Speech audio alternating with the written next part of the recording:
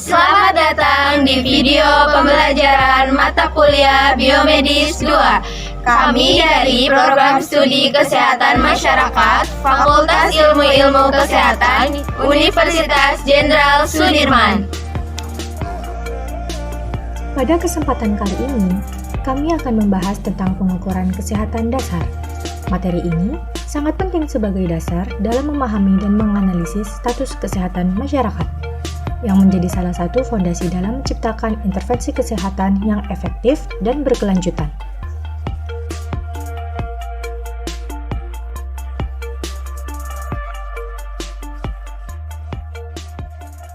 Mari kita simak pembahasan lebih lanjut. Selamat menyaksikan. Apa sih yang dimaksud dengan medical check-up?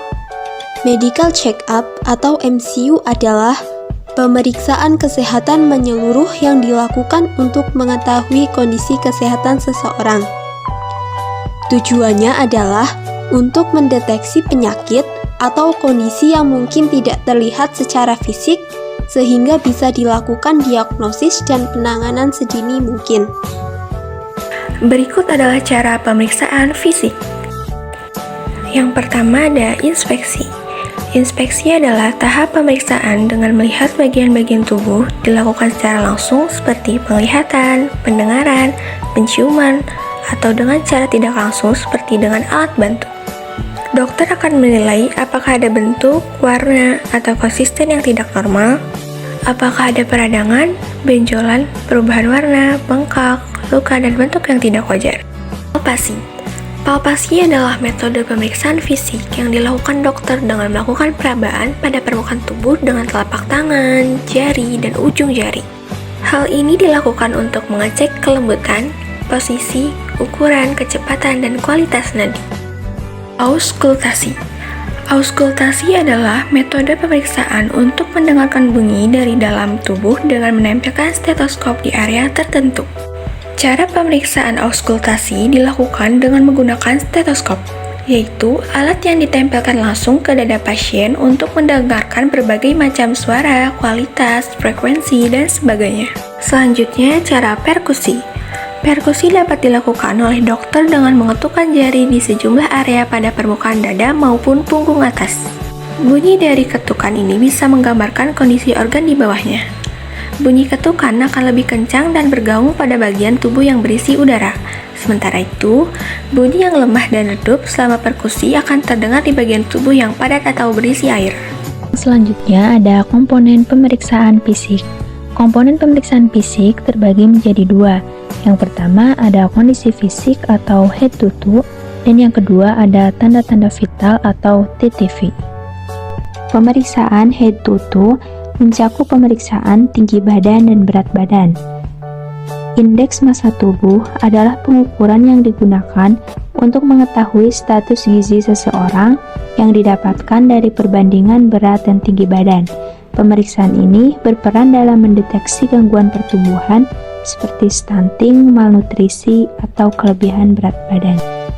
Pemeriksaan tanda-tanda vital atau TTV merupakan suatu pemeriksaan yang dilakukan untuk menilai fungsi dasar tubuh, mencakup suhu tubuh, denyut nadi, tekanan darah, dan laju pernafasan. Tujuan dari pemeriksaan ini adalah untuk mendeteksi adanya perubahan, kelainan, atau gangguan pada fungsi organ-organ tubuh. Yang pertama, suhu tubuh. Suhu tubuh merupakan ukuran panas tubuh yang dapat diukur menggunakan termometer. Pengukuran suhu tubuh biasanya dilakukan di dahi, ketiak, mulut, atau telinga. Suhu normal orang dewasa berkisar 36,5 sampai 37,5 derajat Celcius. Angka ini bisa berubah-ubah akibat aktivitas, konsumsi cairan, dan cuaca.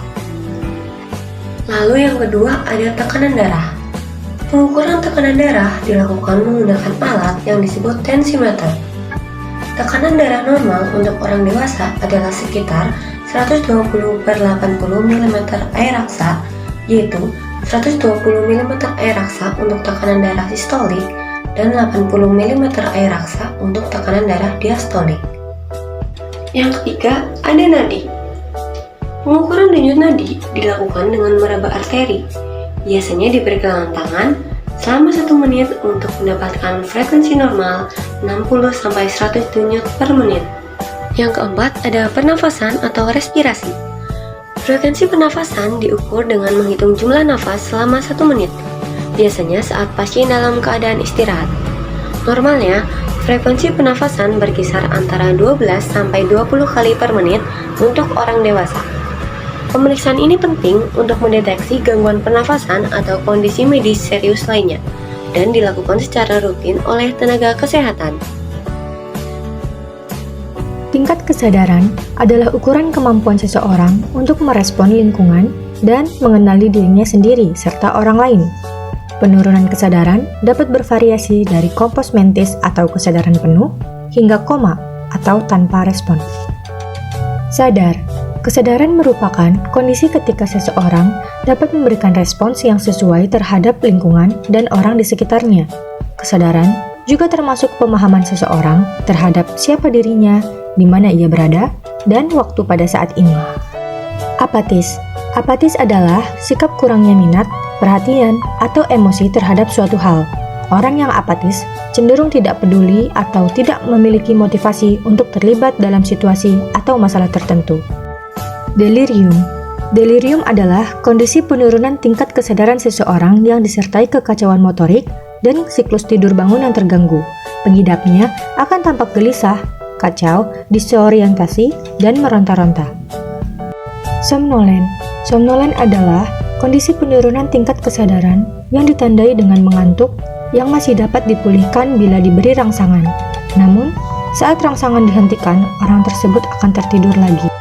Soporous atau stupor adalah keadaan mengantuk yang dalam pengidapnya masih bisa dibangunkan dengan rangsangan yang kuat seperti teriakan atau cubitan.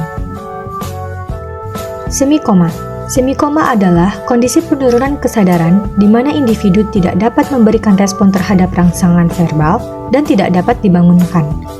Meskipun demikian, refleks kornea dan pupil masih berfungsi dengan baik. Koma. Koma adalah kondisi medis serius di mana seseorang kehilangan kesadaran dan tidak dapat merespons rangsangan eksternal. Penyebabnya meliputi cedera otak, stroke, infeksi, atau overdosis. Gejala utamanya adalah isyarat untuk bergerak atau merespons, meskipun beberapa pasien masih bisa bernapas secara spontan. Pemeriksaan laboratorium. Tes laboratorium terdiri dari beberapa jenis pemeriksaan, antara lain pengujian hematologi, tes urin, dan pemeriksaan tinja. Pengujian hematologi adalah pengujian untuk mengevaluasi kualitas dan kuantitas sel darah merah, sel darah putih, dan trombosit, serta menyelidiki berbagai aspek terkait sel-sel dan organ-organ yang berperan dalam pembentukan darah. Kemudian tes urin adalah tes untuk menganalisis kandungan urin, termasuk warna, pH, serta keberadaan protein atau albumin, gula, bilirubin, dan darah. Dan pemeriksaan tinja atau pemeriksaan feses adalah prosedur medis yang dilakukan untuk mendeteksi berbagai gangguan pencernaan dan membantu mendiagnosis penyakit. Tes ini dilakukan untuk menilai warna dan konsistensi tinja, mendeteksi bakteri, virus, kuman, telur cacing, dan masalah pencernaan lainnya. Kesimpulan, pengukuran kesehatan dasar adalah proses penting untuk menilai kondisi kesehatan individu atau populasi secara menyeluruh, meliputi berat badan, tinggi badan, tanda-tanda vital seperti suhu, denyut nadi, frekuensi pernapasan, dan tekanan darah, dan pemeriksaan laboratorium. Dengan data yang akurat, penyedia layanan kesehatan dapat merancang program pencegahan, memberikan edukasi kesehatan, dan meningkatkan kualitas hidup masyarakat. Oleh karena itu, pengukuran kesehatan dasar merupakan langkah fundamental dalam upaya mencapai kesehatan yang optimal.